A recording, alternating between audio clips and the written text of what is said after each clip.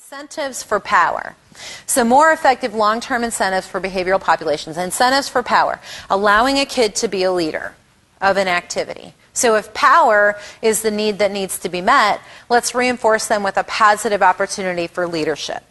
All right? Having freedom of movement. I'll tell you, with my ADHD population kids that have not just the autonomy but have a power need too, this is one of my favorites. Like, do any of you do psychological testing in here at all? IQ, batteries, anything like that? Okay. Like, the first thing I tell that kid when they come into my office is, you do not need to sit in that chair the entire time. And I love the kids that come in that their parent didn't give them their medication because they wanted me to see exactly what they look like. And I'm like, thanks for invalidating our test measures. Yeah, because we're not really seeing what they're really like in that situation because they're on medication most of the time. So we see a lot of invalid test results. But anyway, so that kid, the first thing I tell them is, you can sit, you can get up out of that chair as much as you want to. I also have these kids sitting in chairs that have the ridged handles. Have you seen those before? They have the bumps on the arms. You can get office chairs that have that really easily because it's a nice tactile soother for them too, or a nice tactile distractor for them.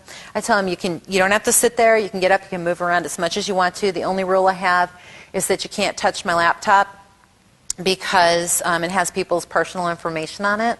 So you can do whatever else you want in here as long as you're not climbing around on the furniture, because I don't want you to fall and hurt yourself. You mean I can touch your books? Yeah.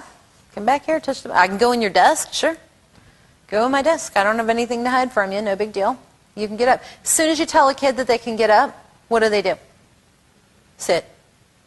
The entire time. Without, like, they'll get up and crisscross applesauce in the chair, or they'll try to tip the chair back or do those kinds of things, but they don't get out of the chair because what I've done is I've said, I'm giving you power, I'm giving you control over the situation. You can get up if you want to.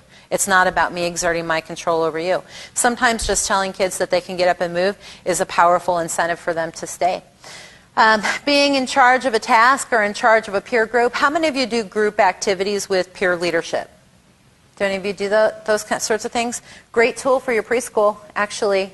If you want to do it with younger kids, you can assign someone as the group leader, someone who shares. They can learn to delegate, even at 2, 3, 4 years of age, who's going to tell the story.